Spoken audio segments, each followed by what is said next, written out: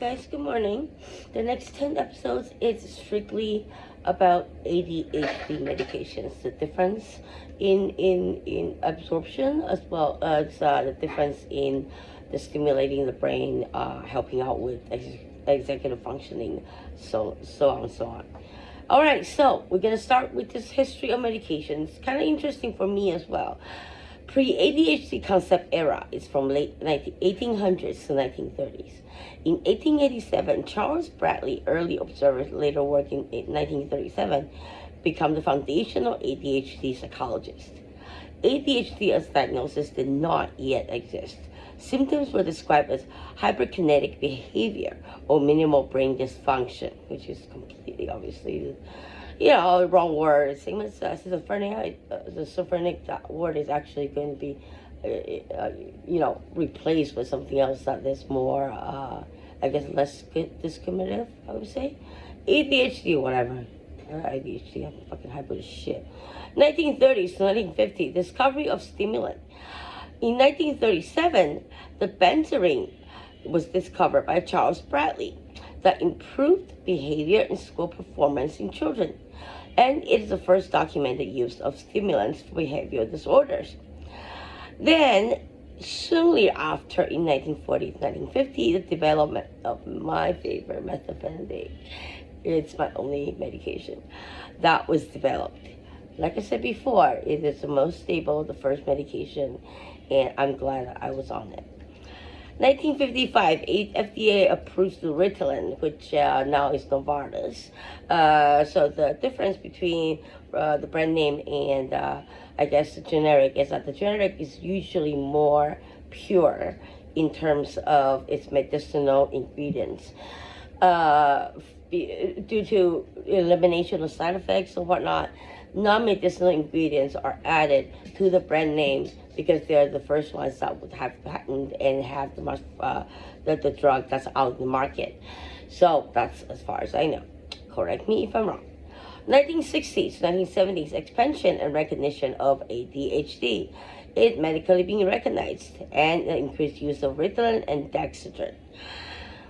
1980s, 1990s, American Psychiatry Association publishes DSM-3, and that introduced the term ADD or ADHD testing.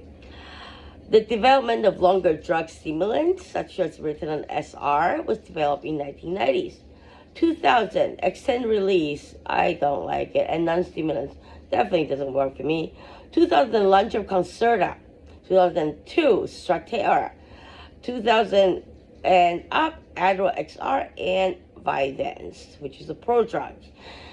And that is converting your body into dextroamphetamine, and it has to be in your body to work. That's what prodrug actually means.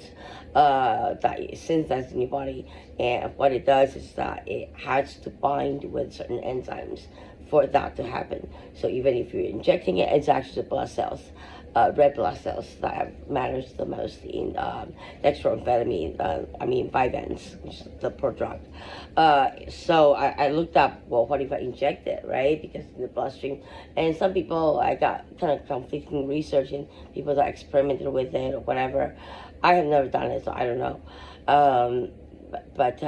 Yeah, so apparently it doesn't matter on the official website, but who knows, right? I personally believe if it's actually, interact with red blood cells, that if you actually inject it into your vein or even your muscle, it will work faster than digesting it. And, anyways, 2020 to present, procedure and digital integration, continued refinement of extended release pharmaceuticals, pro-drug strategies, reduce abuse, such as Vyvanse, that you can actually just drink it with water, which is what I was told by my doctor. We tried it for a day, a week or whatever it was, and it was not good. Digital therapeutics, such as prescription of video game treatment, and that's interesting because gamification does help with ADHD if there are any out there. Increased scrutiny on stimulants prescribing and shortages, and I don't think that is correct because some people do need that boost in the morning or the shortened release like I do. The vitamins doesn't work for me. Adderall XR doesn't work for me. It's not my personality. I am calm to the level of like, my brain is still working, but I'm feeling like duh, right? So it really works for different people. And, you know, I'm trying to convince my doctor to add on an XR, which I had that before, the Ritalin SR Sandoz, which is already, right now, it's out of the market. So it's actually produced by, I think, GlaxoSmithKline maybe? You know what, I can be wrong. But anyways, so that is that. Vyvanse is still obviously under a patent, I believe. Like I said, correct me if I'm wrong. I'm just sharing the knowledge that I have.